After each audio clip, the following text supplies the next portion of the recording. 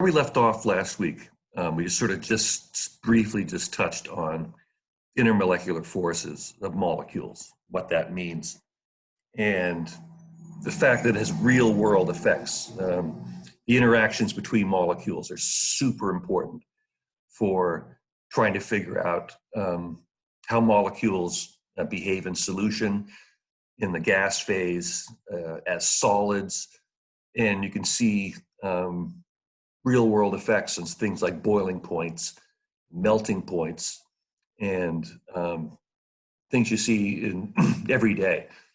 And they can be explained by the different forces that exist between molecules interacting with each other. So we talked about shapes when we were talking about Vesper. Remember we were writing the Lewis structures and putting all the different atoms and the electrons in the right place. And you're sort of wondering, like, why the hell are we doing that? This is the reason why we did that, because it's the shape of those molecules that determines how they interact with other molecules, and the shape is incredibly important.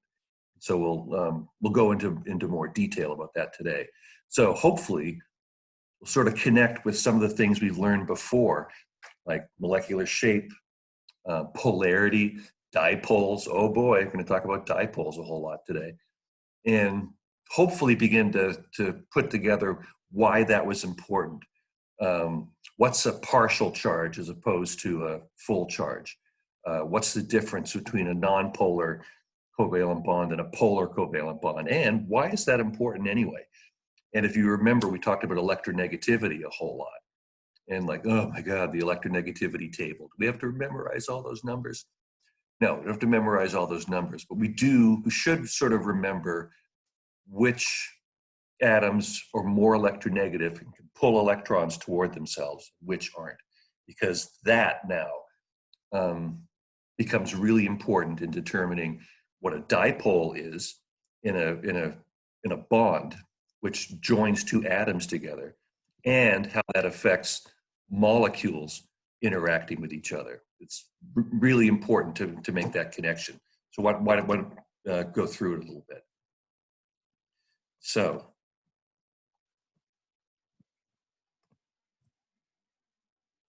I think this was one of the slides we looked at last week, and I sort of just wanted to come back to it because it shows, again, a real world effect of intermolecular forces, or forces between molecules.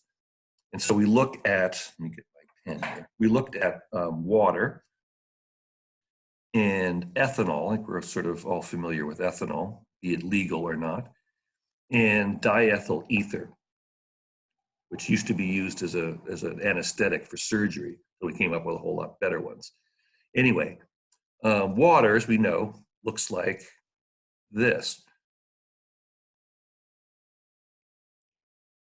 And so two things we should know about water. We know that it's polar. Polar meaning it has more electron density on one side of its molecule than the other side. So there's more electron density up here than there is down here, and that makes it polar. And remember, we put a little arrow like that showing which way the polarity is pointing. It points toward the more negative side. And so we point towards the oxygen, and we point away from the hydrogens. The hydrogens are partially positive. We make that little sign, and the oxygen is partially negative. So it's not a full negative charge, but it has more electrons. The electrons spend more time in the bond closer to the oxygen than closer to the hydrogen. And so you can see that it has a big effect on vapor pressure, meaning that and this diagram shows you vapor pressure going up as temperature goes up. And we know from the last chapter that looking at the noble gas laws, or the ideal gas laws, that the boiling point of a liquid is when the vapor pressure of that liquid reaches atmospheric pressure. And so with water, it's at 100 degrees. So at 100 degrees, all of the water, liquid water, will convert with given enough time to vapor, okay? And then we look at ethanol. So ethanol actually reaches boiling point at a lower temperature than water does. It boils at around 80 degrees rather than 100. Let's look at what ethanol looks like. So ethanol looks like this.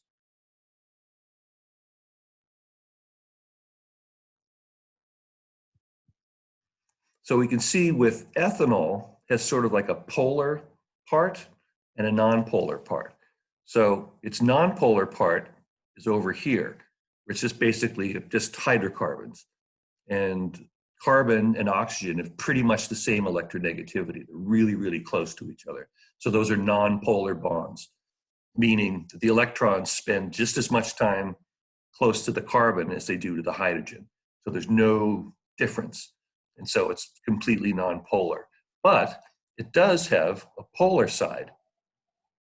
And when you take organic, and you're all going to take organic, we call this a hydroxyl group, basically an alcohol group, this OH group here.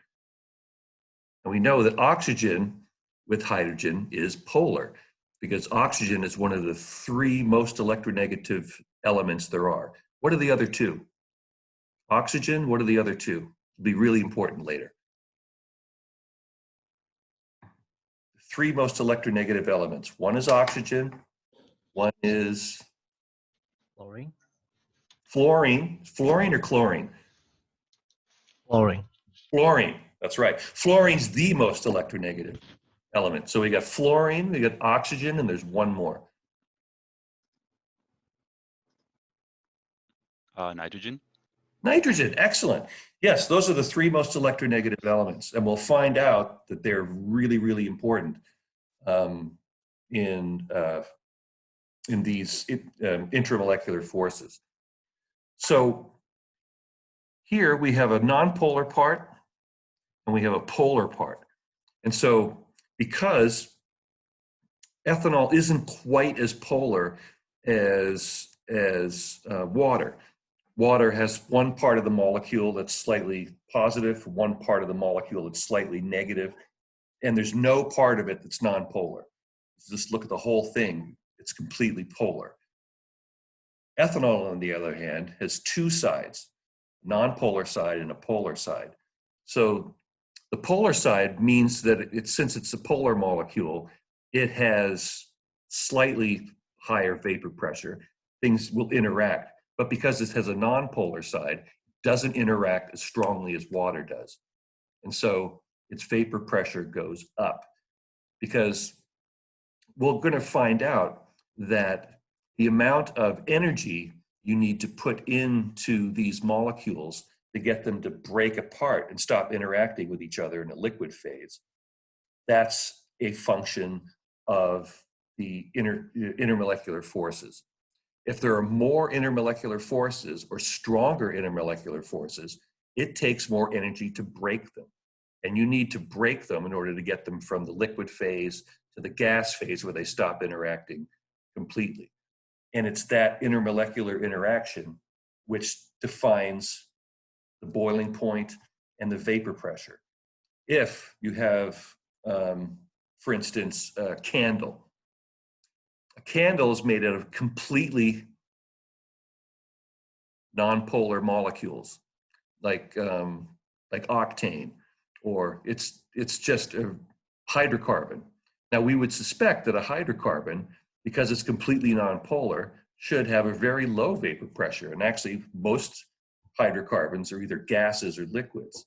But if you get enough of them, if you get a big enough molecule, those really small nonpolar interactions, if you get enough of them, become so large that it'll actually become a solid.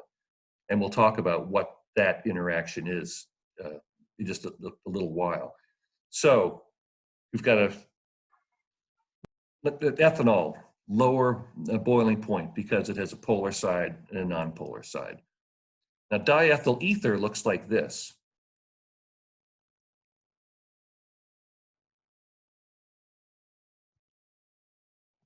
Now in this instance, you see we've got non-polar end, non-polar other end, and a polar in the middle.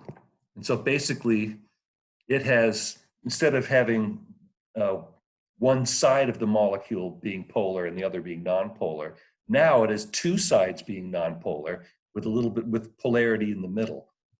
And so it is even less polar than ethanol. And so its vapor pressure is even higher because it basically wants to be a gas because the interactions between diethyl ether molecules aren't nearly as strong. And you can see that it pretty much boils almost at room temperature, just a little bit above room temperature. So if you have a bottle of ether and you open it, it basically, will fill the whole room eventually. And so the less and less polar molecules get, the less and less interactions they have with each other, and the more likely they are to become gases. So any questions about this one so far? I heard a little beep there. Was that a question? Okay, because we're gonna get into what these actually are, what these different interactions are.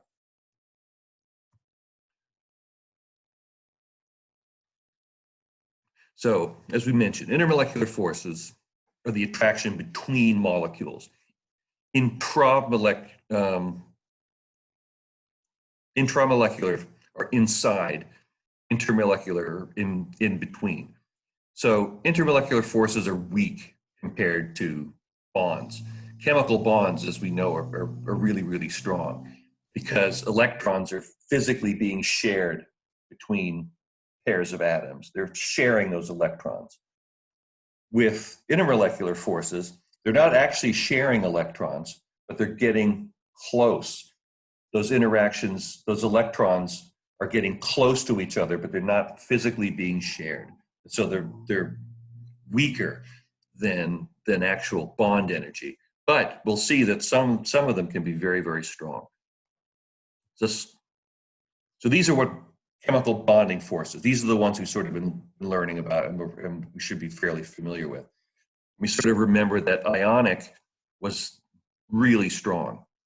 If you remember, basically all ionic compounds are solids, and it takes a lot of energy to melt them. So if you remember, like, table salt, sodium chloride, these things don't melt for like, thousands of degrees. And when you have really strong ionic compounds, like with multiple charges, it can take, 2,000-3,000 degrees of heat in order to melt them. And so the basis of the attraction here is that you have a permanent cation, which has lost electrons, and a permanent anion, which has gained those electrons. And it's Coulomb's law, if you remember Coulomb's law, where we have two charges, Q1 and Q2, and divide it by the distance between them. So if you have two really, really high, strong charges, like a +2 and a -3, and you're sort of held together very closely, that's a really, really strong interaction. And it takes a lot of energy to break those. And that's why you don't see too many ionic liquids, and you don't see any ionic gases until you get to like just extremely high temperatures. So then the next one was covalent interactions.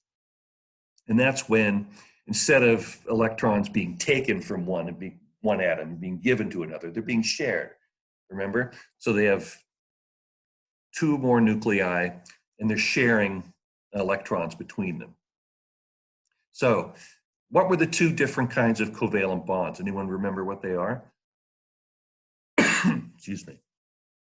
There were two different kinds of covalent bonds, which will be really important for these. Polar and non-polar? There you go. Excellent. Yeah, we had polar and non-polar. What was the difference between them?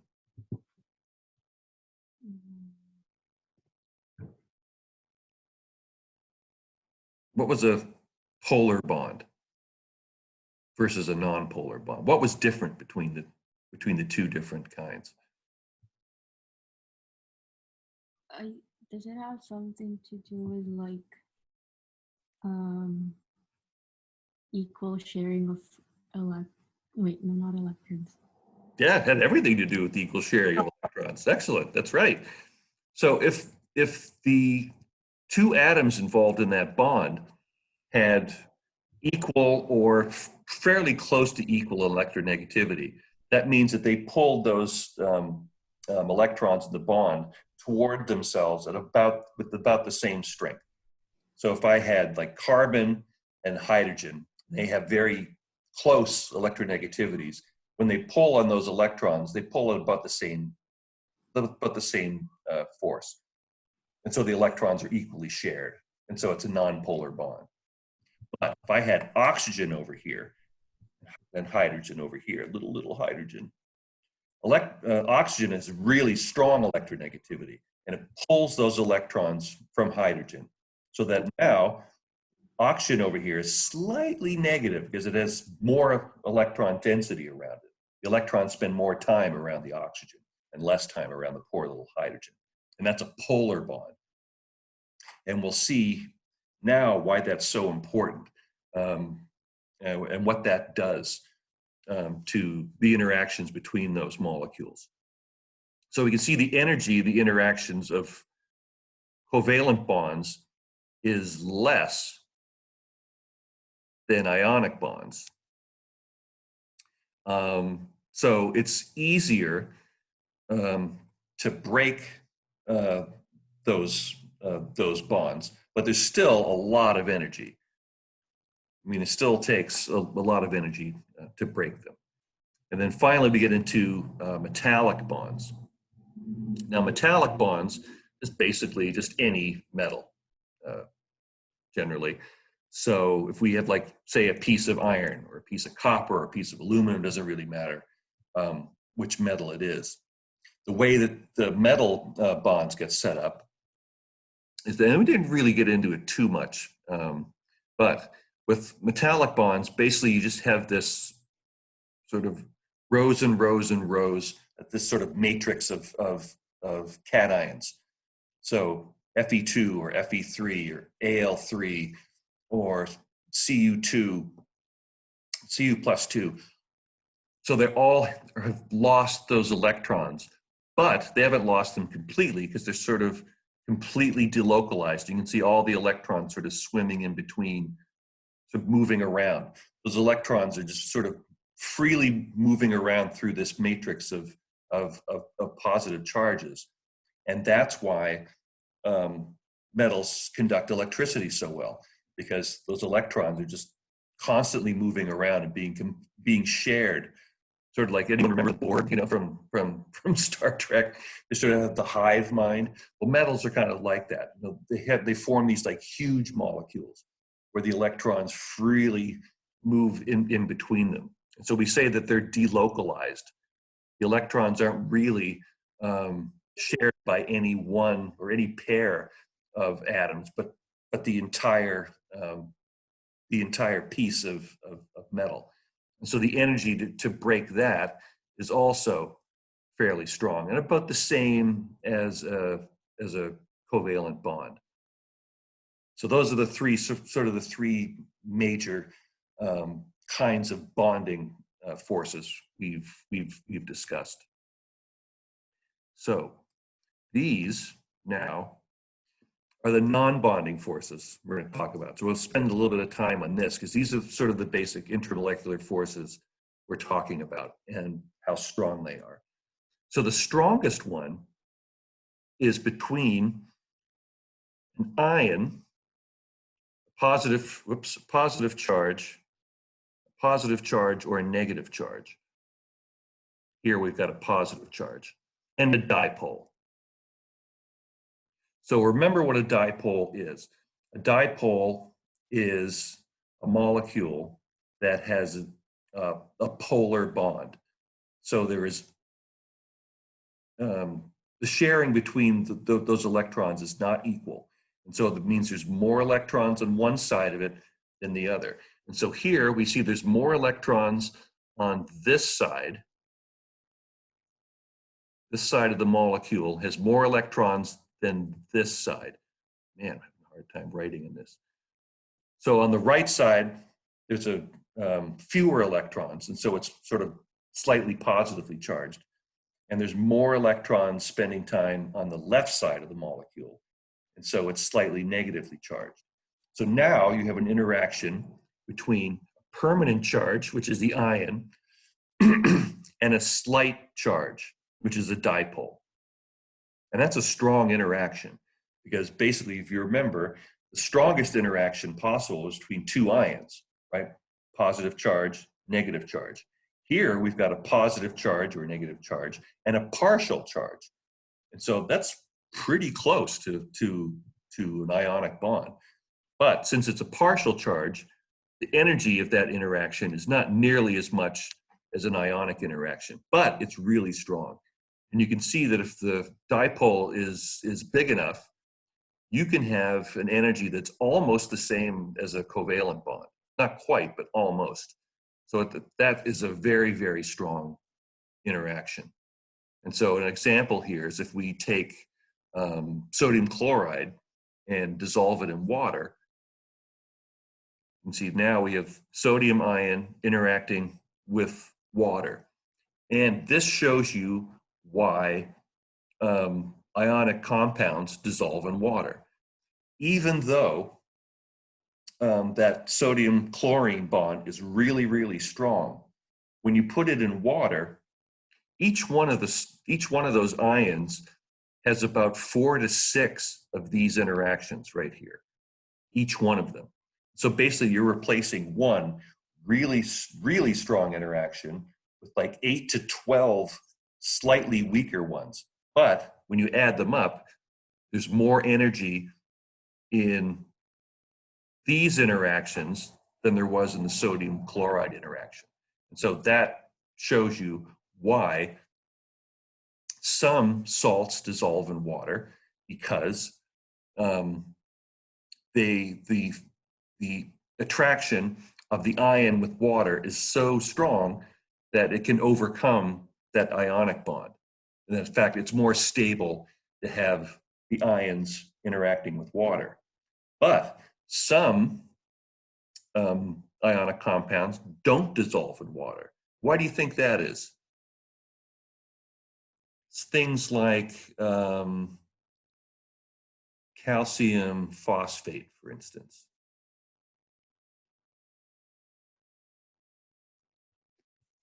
How come calcium phosphate doesn't really dissolve in water very well? Why do you think that is?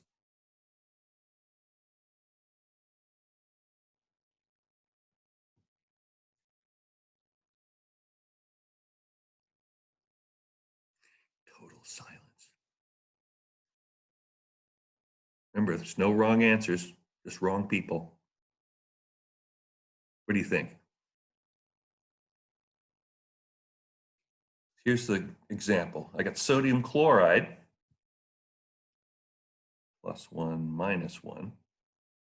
That dissolves easily in water.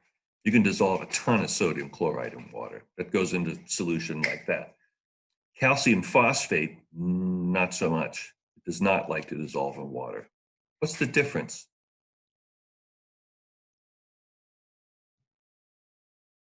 Between sodium chloride and calcium phosphate? Would it be the charge? It sure would. Yeah, so what's the difference between sodium chloride and calcium phosphate? One is the bond between ion, and the other one is the bond between the dipole. No, I mean, these sodium's an ion, chlorine's an ion, calcium's an ion, phosphate's an ion. But what's the difference between sodium and chlorine coming together and calcium and phosphate coming together? The valence? It's like an ion charge and dipole charge. There's no dipole charge. They're all ionic. Yeah, Frijan, I think you've got it. What's the difference? I was saying the valence. Right. So what does that mean? The valence, though. Can you sort of flesh it out a bit? It's further away from the center. Mm-hmm. So there's more charges, right? Yeah. Yeah, so let's look at the difference. With sodium and chlorine, you got a +1 and a -1. That's it. With calcium, you've got 3 +2s and 2 +3s. So you've got a total of 6. So you've got a lot. That interaction between calcium and phosphate is a lot higher than sodium and chlorine, because there you've only got basically one bond to break. 1 plus, 1 minus. Calcium and phosphate, you got a +6 and a -6. And that interaction is so strong that even all of the calcium interacting with water and phosphate interacting with water, that's not going to overcome that. And so that's why basically you see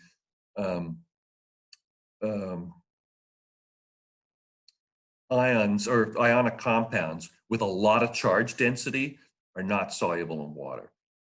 They just won't. So they're salts that will just not dissolve in water because of the charge difference. Single charges, yeah, you can overcome that with this ion dipole interaction, but multiple charges, not so much. So let's look at the next one, which is probably, if you're going to take biochemistry, and you are going to take biochemistry, probably the most biologically important bond here, as my phone goes off. So this is the hydrogen bond. So the reason why I mentioned one of the 3 most electronegative atoms is because those atoms now are involved in this particular bond. Are we done? Man, still going. So what we have here is a dipole. We have a dipole here, and we have a dipole here with a hydrogen in between.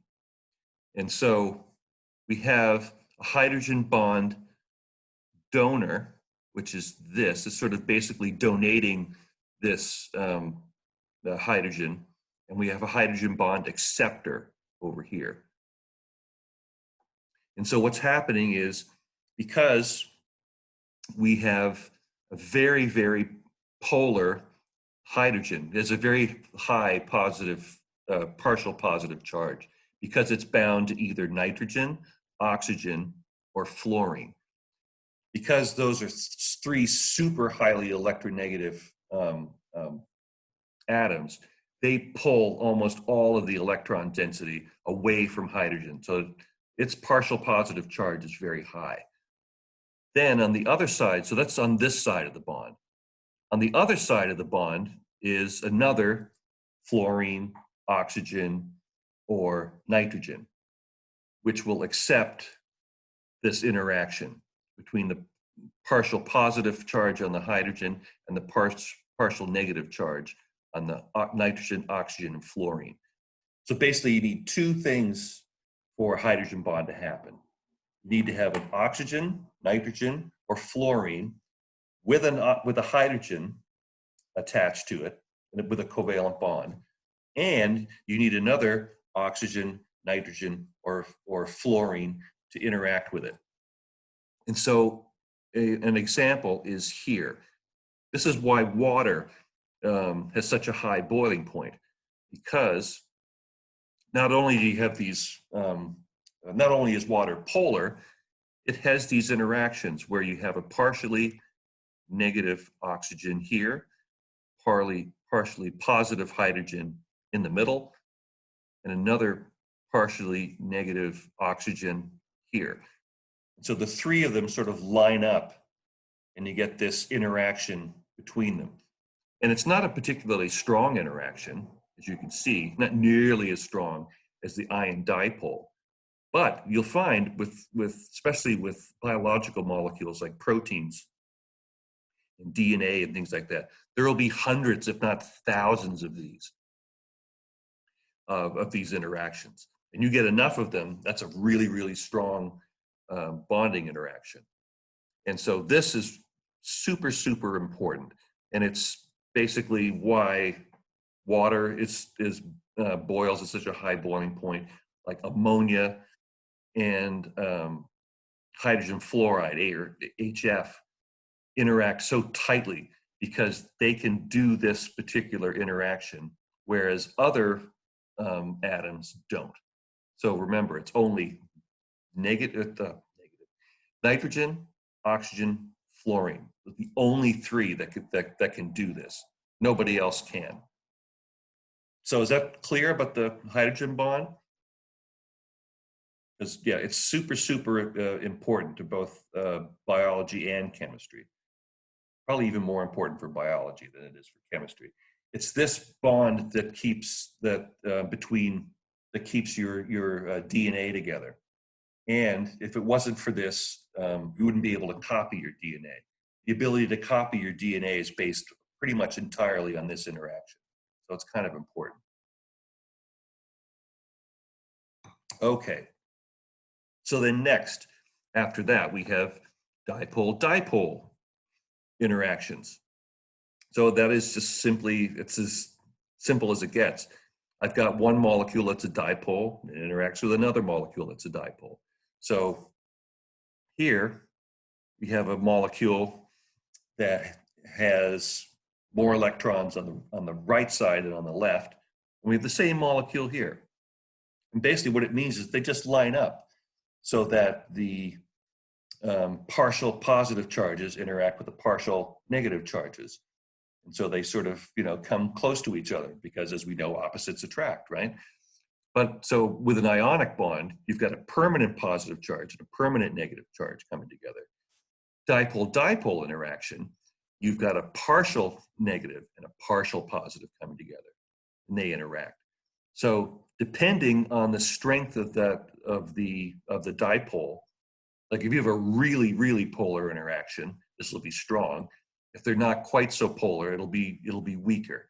So you can see that it comes close to a hydrogen bond, but not quite as strong. And this would be an example here. I've got iodine and I've got chlorine. Which one's more electronegative between iodine and chlorine? Chlorine. Chlorine, right. So chlorine is slightly negative and iodine slightly positive, and so they would just line up. Iodine, chlorine, they just line up in a line like this with dipole-dipole interactions.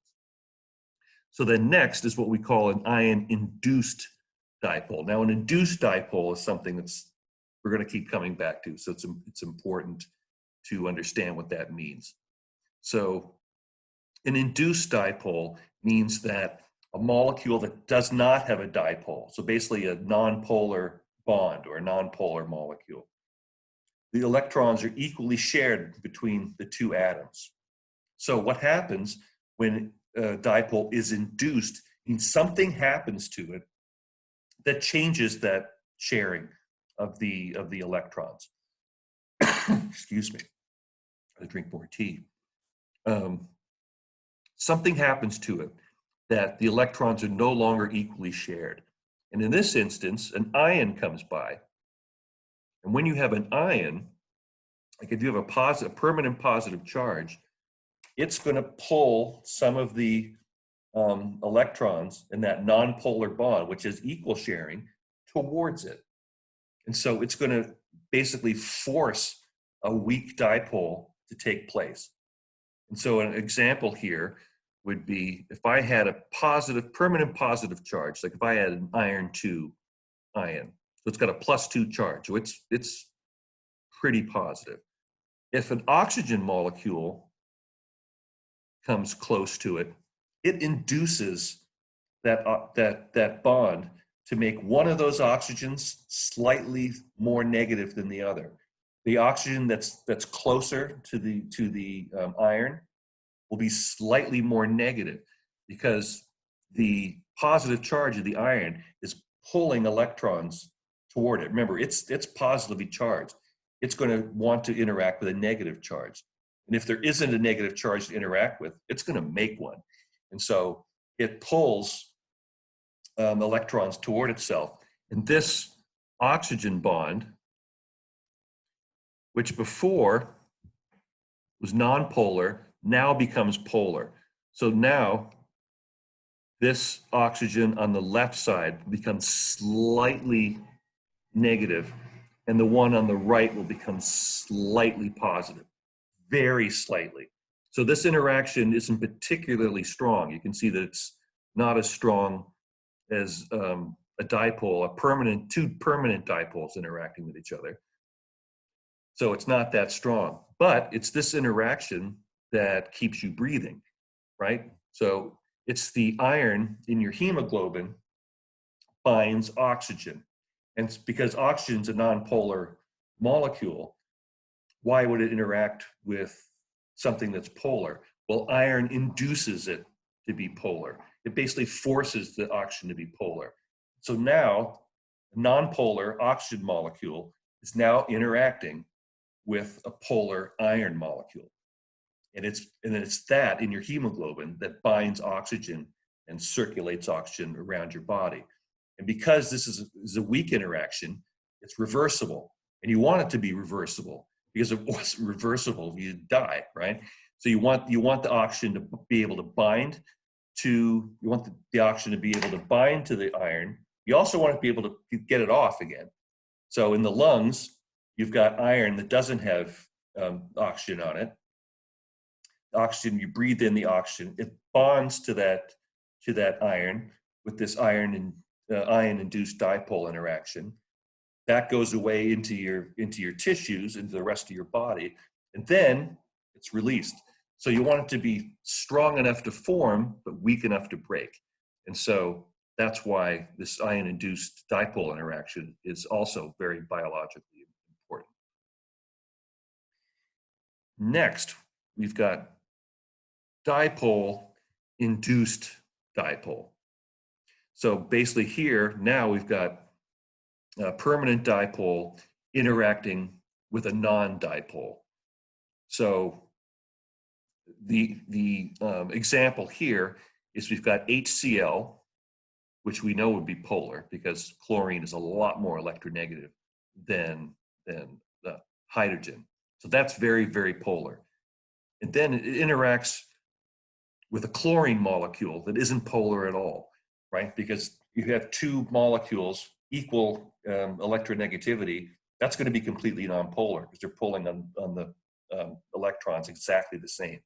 So here I've got a completely nonpolar molecule, and here I've got a polar molecule. So the polar molecule, that's going to be weaker even than an ion in forming a dipole. Now, we can imagine with iron up here, that will force a dipole because it's a permanent positive charge, and it's a +2 charge on top of that. So it can pull electrons toward itself fairly well. Here I've got a polar molecule. So I've got basically a partial charge now forming another partial charge in another molecule. It's not going to be strong, right? So I've got a partial charge interacting with a nonpolar molecule and sort of pushing it to become slightly polar. So here I got my chlorine, it's a slightly negative charge, and it's going to force this chlorine on the left to become very slightly positive, really slightly positive. So it's going to pull electrons to one side. It's going to force electrons to move from this chlorine to the other one. Basically, we have a partial negative charge pushing electrons away from itself. And so this is a really weak interaction. You can see this is very, very weak. And so if you have molecules interacting like this, they're not going to interact particularly well. They will interact, however, but it'll be very low energy, easy to overcome. And then finally, one of the ones that's interactions is probably the least understood. It's called dispersion interaction, or a London dispersion interaction. Somebody named London was the first to describe it. Now what this is basically the interaction of last resort. This is the interaction that any two molecules can do. Even helium can do this interaction. And basically what it is you have a nonpolar molecule and another nonpolar molecule. They come together, and basically at any one time in any nonpolar molecule, some of those bonds are going to be slightly polar, meaning that some of the electrons are going to be slightly closer to one of the atoms than the other at any instant. They're not always going to be completely nonpolar. Sometimes you're going to have a slight electron slightly on one atom and slightly away from the other one. Very, very slight. So when this happens, it forces a very slight polarity in the other nonpolar molecule. And so this interaction is incredibly weak, but it's possible to happen, and we get polarizable electron clouds. Now it is really low, but you can see at the lowest end of it, the energy is really, really low here. So we see like 0.05 kilojoules per mole. It means it's super, super low. But you can, on the other end, it can get really strong. That's why I was talking about like the paraffin in a candle. It's because these paraffin is such a huge molecule. There's a lot of electrons in one molecule. There's a huge number of electrons because it's a really, really big molecule. Because it has so many electrons, that means at any one moment, some of those bonds are going to be slightly polar. And when those molecules interact with each other, they force other bonds to become polar. And so they interact with each other. So with this particular interaction, if the molecules are really, really big with a lot of electrons, this interaction actually becomes fairly strong. But for really small molecules like helium, it's tiny. It's the only interaction that helium can do because it can't do anything else. And so when two helium atoms molecules or atoms, when they come together, they have this extremely small interaction.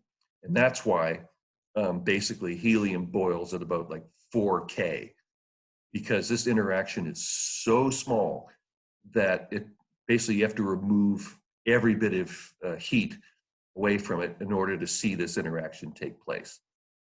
So a lot of information there. Who's got some questions so far? Because basically this is the slide I'm going to want you to think about, because it basically goes into what are the different non-bonding or intermolecular forces and how strong they are relative to each other. You don't have to remember the exact energy of them, but sort of just rank them from high to low and like which is stronger and which is weaker. So hopefully there's some questions. I've been prattling on for quite a while.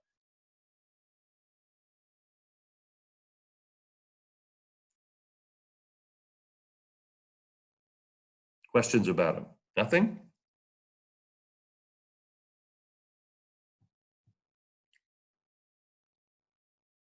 I'm going to keep going.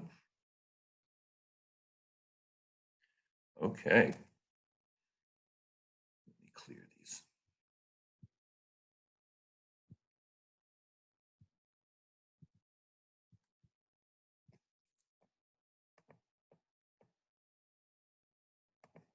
All right.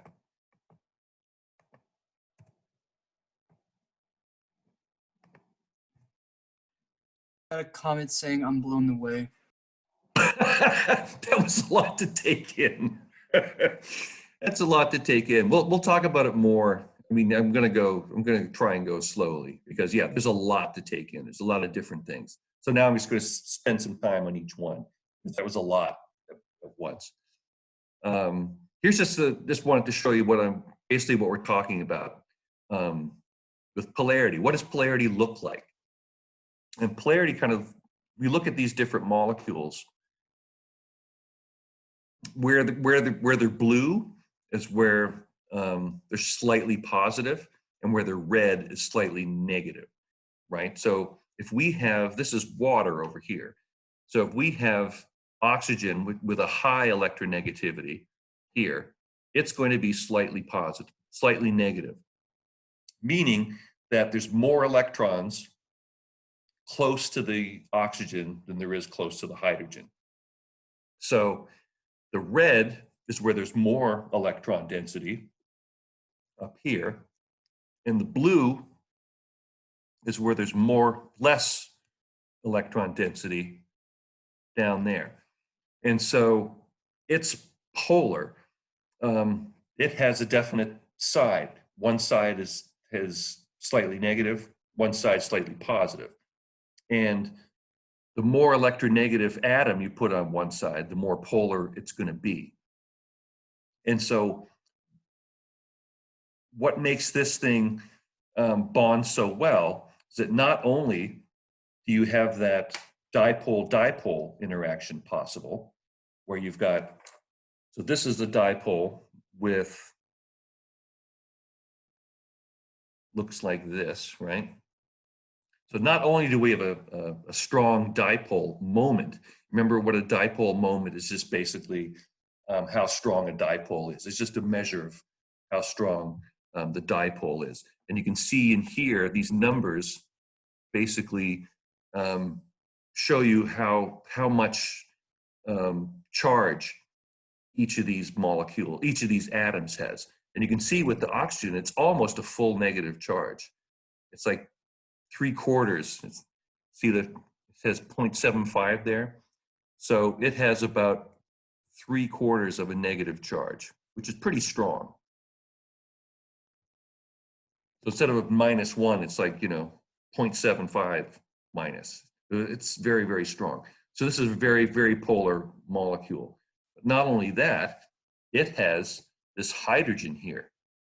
And because it has the hydrogen here, this can then be donated to another highly partial negative charge, like another water molecule.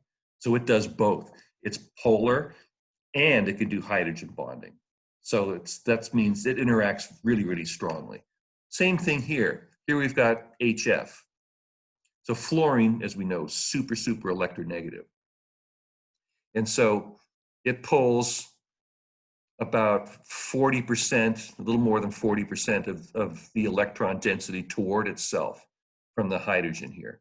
So it has a negative side and a positive side. And it also has this hydrogen here with quite a lot of a positive charge on it, almost half a positive charge. And so because it can then, that hydrogen can now interact with another partial negative charge. So HF, very polar, and has a hydrogen which can then interact with another negative charge. So it can hydrogen bond. Now we look at the other example of hydrogen bonding. This is ammonia. So ammonia has a lone pair of electrons here on top.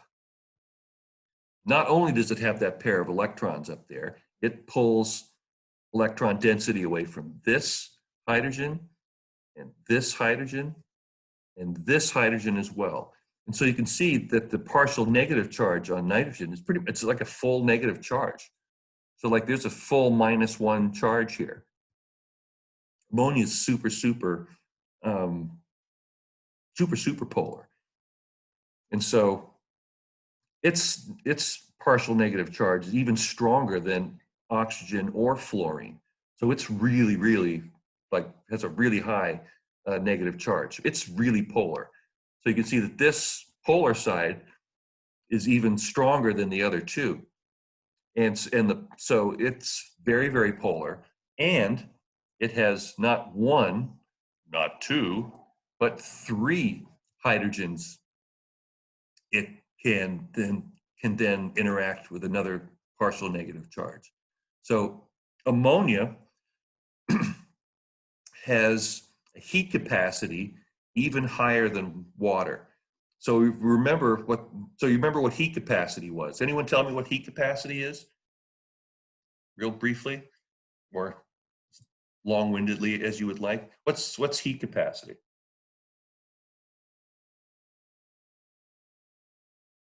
Sort of learned about this last chapter. The amount of heat that can go in the system. It involves the amount of heat. The amount of heat it needed to increase one temperature, 1 unit of time. Right. It's the amount of heat you need to add to increase the temperature of 1 gram, 1 degree. And so there is a reason. So this, you remember that water had a really high heat capacity, right? So it took a lot of heat in order to increase the temperature of water by 1 degree. Remember, it's like 4.184 joules per gram per degree. So it took a lot of heat to increase the temperature. Why is that? Well, it's because of this hydrogen bonding interaction. It's because in order to increase the temperature, those molecules need to be able to move faster. And because water is hydrogen bonded to each other, they're basically they're held together in space. And so in order to move them further apart and to get them to move, you need to break some of those hydrogen bonds. And those hydrogen bonds are really, really strong. If you look at liquid water, it's basically it's a whole network of these hydrogen bonded molecules together. And you need to break all of those interactions in order to get the water to go from a liquid to a gas. And so because water is so polar and it can form so many hydrogen bonds, it takes a lot of energy to break those interactions apart. And it's those interactions that go into heat capacity. And so we could probably imagine that over here with ammonia, it's more polar than water. Nitrogen has a full negative charge that it's stolen basically from those 3 hydrogens. And instead of having 2 hydrogens that can form hydrogen bonds, it has 3. So it's more polar and can form more hydrogen bonds than water can. And so the heat capacity of ammonia is even higher than it is for water. Water has like really, really high heat capacities. Ammonia is even higher. But you can imagine why ammonia isn't used for cooling things as much as water is, because like nobody wants gaseous ammonia everywhere because it's really, really nasty. And yeah, just, it's basically toxic. And so you don't want, huge amounts of ammonia gas everywhere. It's not going to be healthy for anyone. But a little bit of water vapor, never really hurt anybody. So people use water to cool things rather than ammonia. So these 3 molecules on the top, polar and can form hydrogen bonds. Now the ones on the bottom, this first one, so this is trifluoro boron trifluoride. So you got boron in the middle and fluorine's circling it. Now are these bonds polar or non-polar?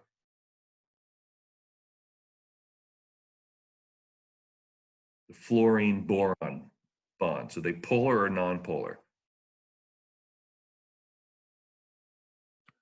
Non-polar. The bond, I'm asking about the bond.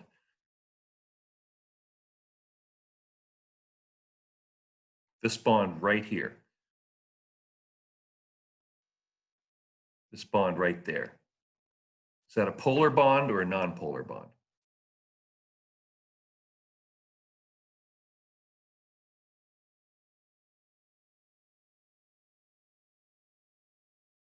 Not the whole molecule, just individual bonds, polar or non-polar. Polar. Polar, yes, they are. So I've got, erase this. I have got 3 polar bonds. I got one here.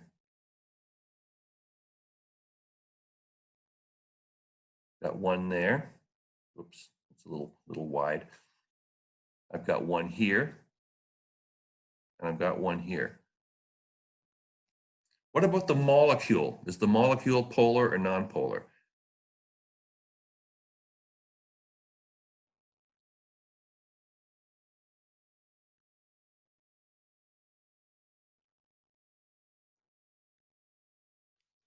Non-polar. That's right. Why is that?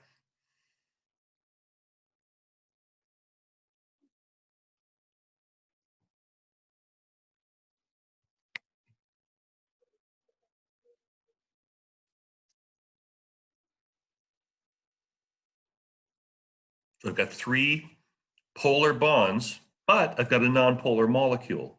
Why would that be?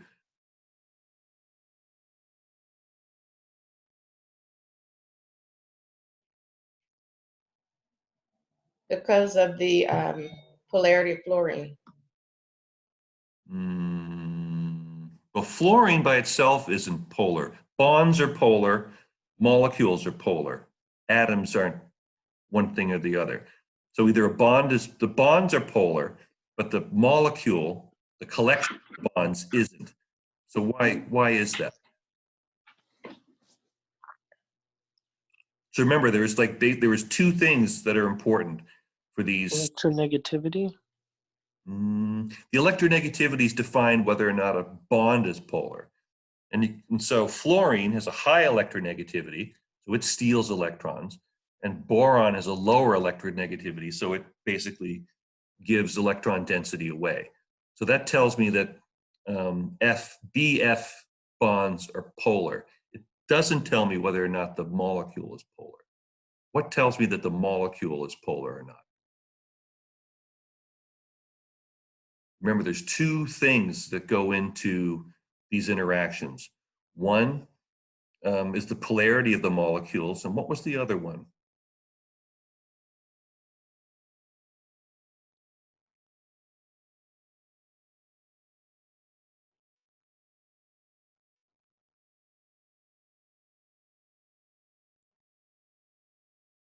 Yeah, structure. Structure, or you're right there. Also starts with an S. Shape. The shape. Yes, the shape. It's the shape. So we can see, because this is it's planar. It's a planar molecule with 3. Can't remember exactly. I can't remember what it was called my own self. This shape, it's completely symmetric. So we have symmetry here. The shape, those 3 polar bonds are completely symmetric. And so when you look at it if you look at a picture like this that shows you where the electron density is high and low, you can see that the density here is the same as here and the same as here. So basically each face of the molecule is the same. And so we say it's non-polar. But fluorine has a lot of electrons. And so this would be the perfect sort of molecule to be induced to become polar, because we have fluorine here that's pulling a lot of electrons toward it. It would have a lot of electron density. Any one of these sides would have a lot of electron density. And so it could be induced to become polar by having one side of more electron density than another. So it's a polar bonds, but a non-polar molecule. So it's the shape that's really important. I remember when we did the VSEPR analysis, putting the Lewis structures together and putting the shapes, we were wondering, well, why is the shape so important? This is why the shape is so important, because it dictates whether or not A, the molecule is polar, and B, can it be induced to become polar? And the shape of it will tell us that. So next, let's look at this one. Here, we've got carbon in the middle and 3 hydrogens. Now, are these these carbon-hydrogen bonds polar or nonpolar?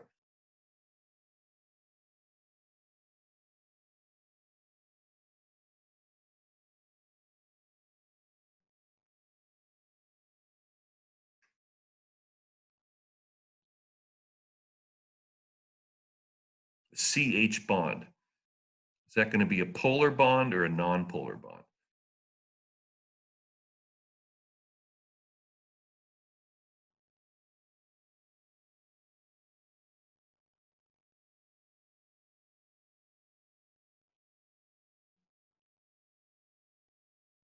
Well, you can have a look and see the difference in the charge. So you can see that the hydrogen here is a much more slightly positive charge than the other ones. Compare that to water. So here the slight positive charge is like 0.13, slightly positive. With water, it's 0.38. And with ammonia, it was 0.34. Here, it's only 0.13. So do you think these carbon-hydrogen bonds are polar or nonpolar?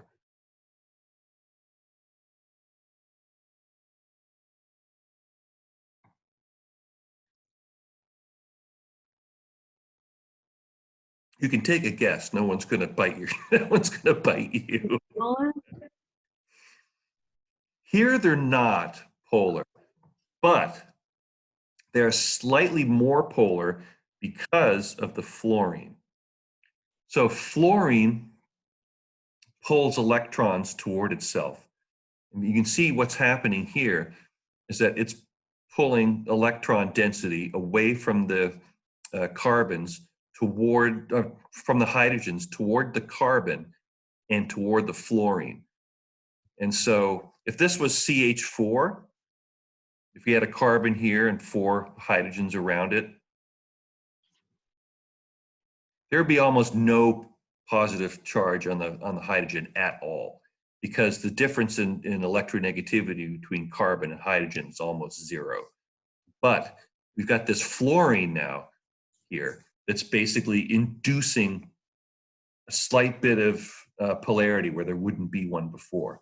So you can see now we've got a slightly negative side and a slightly positive side.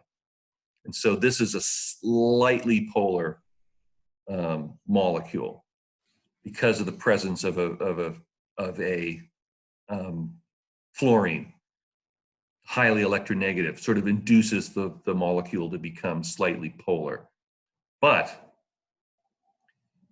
this cannot hydrogen bond. And the reason is it does not have a hydrogen attached.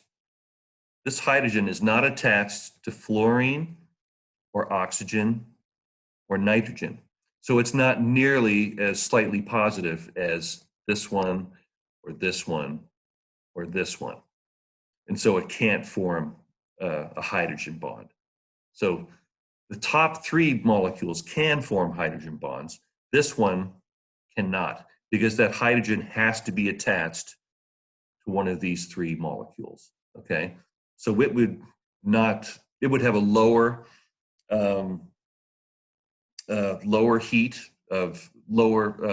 heat capacity, and it would lower boiling point than the 3 on top. And then finally, we've got good old hydrogen here.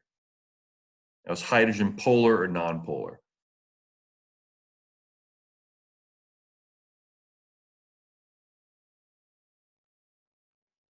That H2.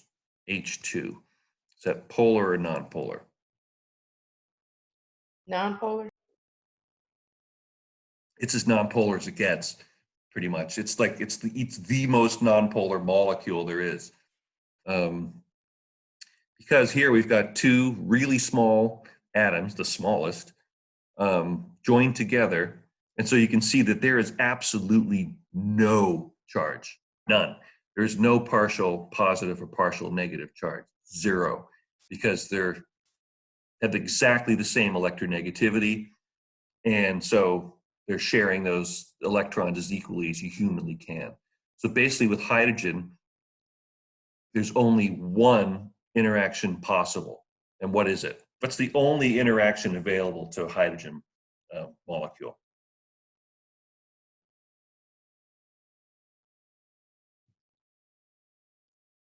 Remember, it's the interaction of last resort. It can't do anything else but one interaction. What's that? It's the lowest energy interaction there is. The dispersion. That's right. It's the dispersion force. So you can imagine that ain't going to be very strong because you've got one hydrogen molecule coming up to another hydrogen molecule. They're both as nonpolar as you can possibly get. But there is some tiny amount of potential positive and negative charge here. Really, really, really, really small at instantaneous at any one time. And so it will induce an even smaller interaction with another molecule. So it's why, I mean, hydrogen's a gas basically till you get to like super, super, super low temperatures. Because that interaction is so weak, basically any amount of heat will overcome it. So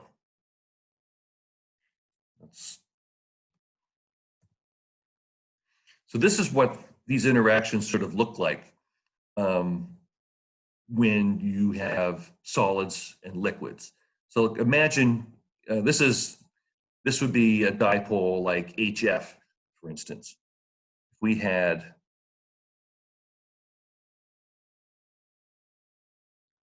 HF, so the fluorine would have a slightly negative, and the hydrogen would have a slightly positive. Man, I cannot draw on that kind of part of the screen. Slightly positive charge. So in a solid, like if you froze HF, it would form interactions like this, where they would all line up. So you would have maximum interaction between the partial positive charge and the partial negative charge side.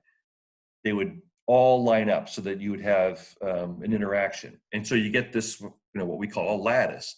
You'd get a crystal, which is basically what you get when you get a solid. You get them all interacting in a particular uniform shape. But in a liquid, you don't get a uniform shape because molecules are moving. So when they're moving, they don't have this uniform shape, and they don't all have maximum number of interactions between them because they're moving around.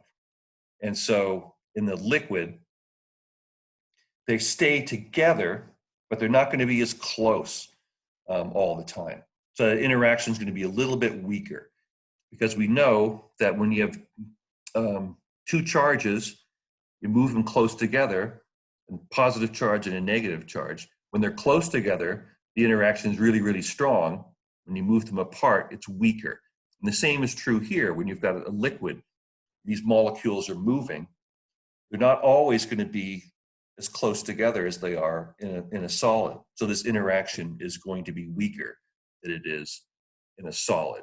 Okay, so you have these dipole-dipole interactions being all close and uniform in a solid, and in a liquid, slightly further apart at times, and so weaker.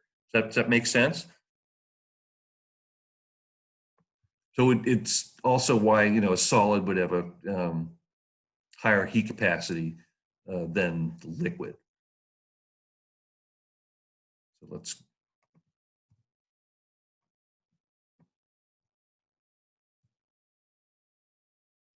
So before we go, so to want to start introducing how we can sort of predict which molecules are going to have a higher boiling point because they interact more strongly, which ones have a weaker boiling point or slower boiling point because they don't interact with each other as strongly.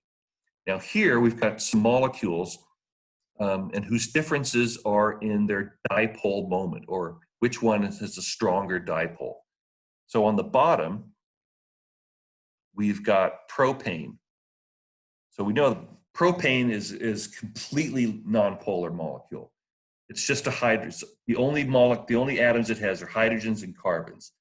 And hydrogen and carbon is pretty much the same electronegativity. So all of its bonds are nonpolar.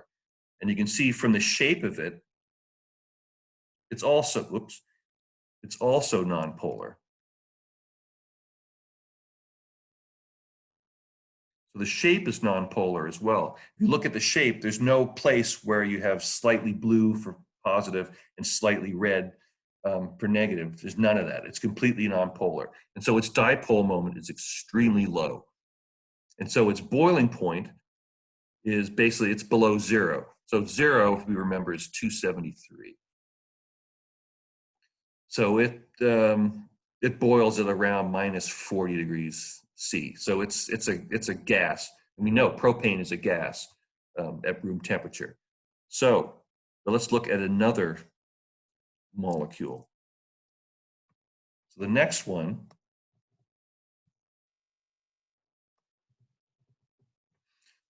is dimethyl ether. We sort of mentioned that earlier.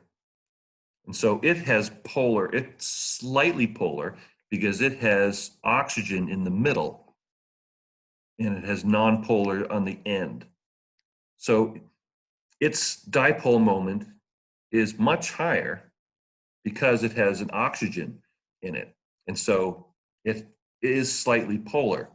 And look at the shape. Remember, the water is bent because oxygen has 2 free electrons. The same is true here. So oxygen's 2 electrons, 2 pairs of electrons would be here on one side. And the 2 methyl groups, the CH3 groups, are sort of bent, just like in water. So we have a polar side and a nonpolar side. But the boiling point only goes up slightly because of the shape. It's got a nonpolar on both sides, on both ends, and slightly polar in the middle.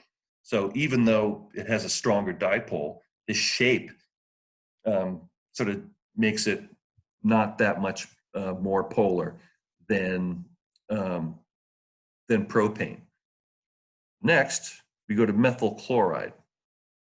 Here we have a CH3 group, but that's a methyl group, and chlorine. So here's our chlorine. So chlorine gives it a clear polar side and a slightly non-polar side. And the boiling point only goes up by 1 degree because it's not super polar. The difference between this side and this side is not tremendously great. If it was fluorine, it'll be much bigger. If now we've got oxygen all by itself on one side of the molecule. Now we know oxygen is very electronegative, and so it pulls a lot of electrons away from here and some away from here. And so now we have a much more negative charge on one side than the other. And the boiling point goes up even more. And then finally, acetonitrile. Here we've got nitrogen all by itself. And nitrogen has a high electronegativity, but look at the shape. See, this shape is even more polar than this shape over here. So the acetaldehyde here is polar, but its shape is slightly different. This shape has a completely polar side and a completely non-polar side. And so its boiling point is the highest. Its dipole moment is the highest because of the shape of it. And its boiling point is also the highest because of the shape. So the atoms involved and their different electronegativities is important, but the shape is equally, if sometimes even more important in determining how well those molecules are going to interact with each other. So any questions about this is going to be it for today. I know we went through a lot of stuff, and your heads are probably spinning somewhat. So sorry to go so quickly, but I wanted to spend a lot of time on each one of these and really make the point that two things important. Polar bonds are important for these interactions, and the shape. The two of them are equally important, and in order to determine whether or not molecules are going to interact strongly or not.